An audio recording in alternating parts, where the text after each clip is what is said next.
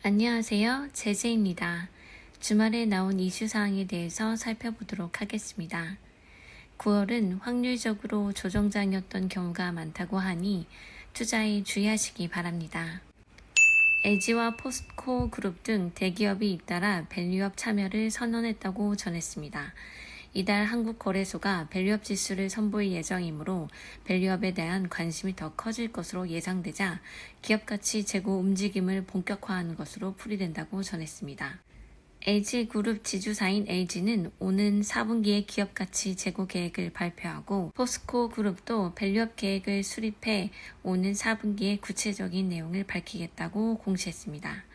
현대차그룹도 지난달 28일 2024 최고 경영자 인베스터 데이를 개최하고 밸류업 전략을 제시했다고 전했습니다. 대기업들이 밸류업에 연이어 참여하면서 이날까지 기업가치 재고 계획을 밝히거나 공시를 예고한 상장사는 29개로 늘었습니다.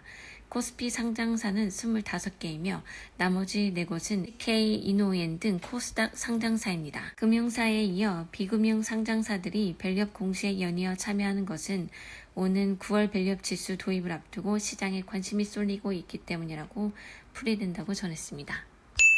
세미콘 타이완 2024는 오늘 4일부터 4일간 대만 타이베이에서 열립니다.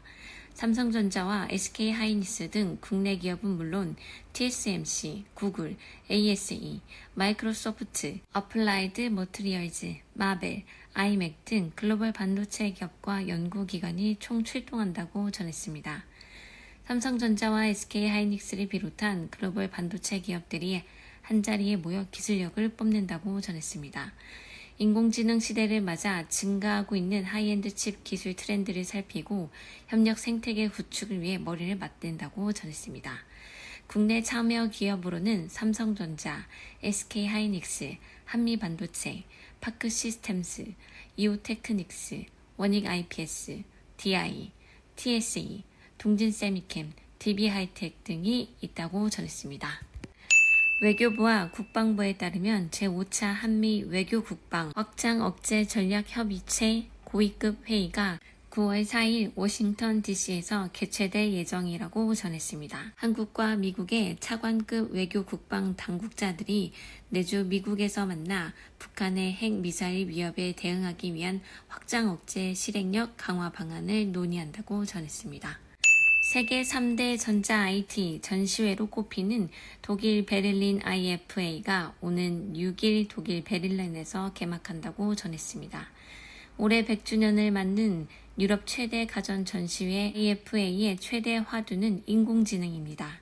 각 기업들은 AI를 탑재한 가전과 PC 제품을 전시회 전면에 내세울 예정이라고 전했습니다. IFA의 주인공격인 삼성전자와 LG전자의 전시관을 관통하는 주제는 AI 홈입니다. LG전자는 업계 최초로 생성형 AI를 탑재한 공감지능 홈 허브 LG 신큐온을 공개한다고 전했습니다. 모두를 위한 AI 비전을 제시한 삼성전자는 AI TV를 활용한 AI 홈 기술을 공개할 것으로 전망됩니다.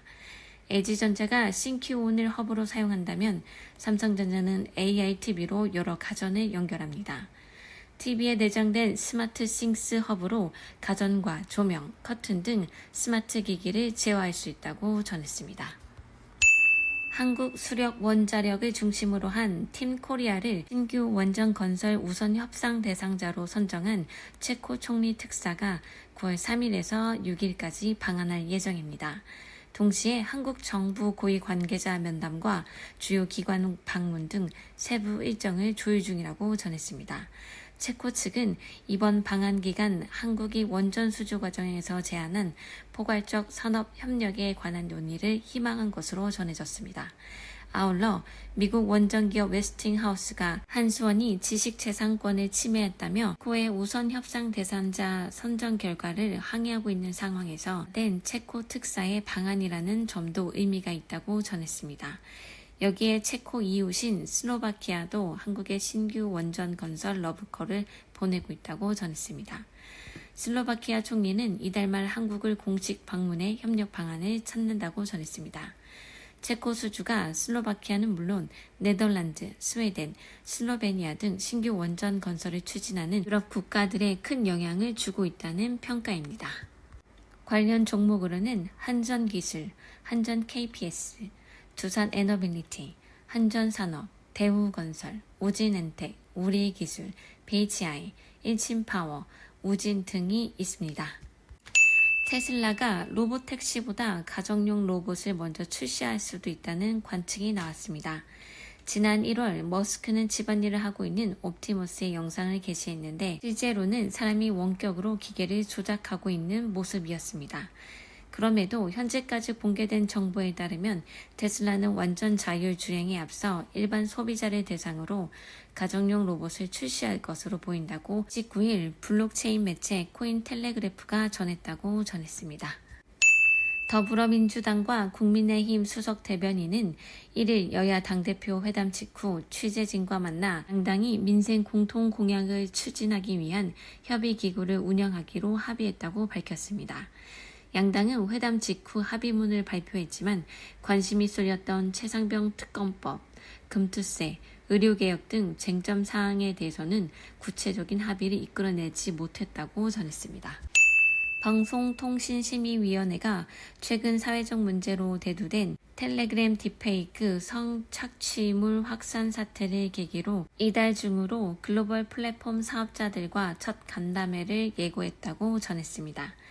1일 방심위에 따르면 방심위는 기존 시정요청 협력 대상에 공식 등재된 구글, 유튜브, 페이스북, 인스타, X, 틱톡, 텀블러, 핀터레스트, 윅스, 와패드, 미디엄과 간담회를 개최할 예정이라고 전했습니다.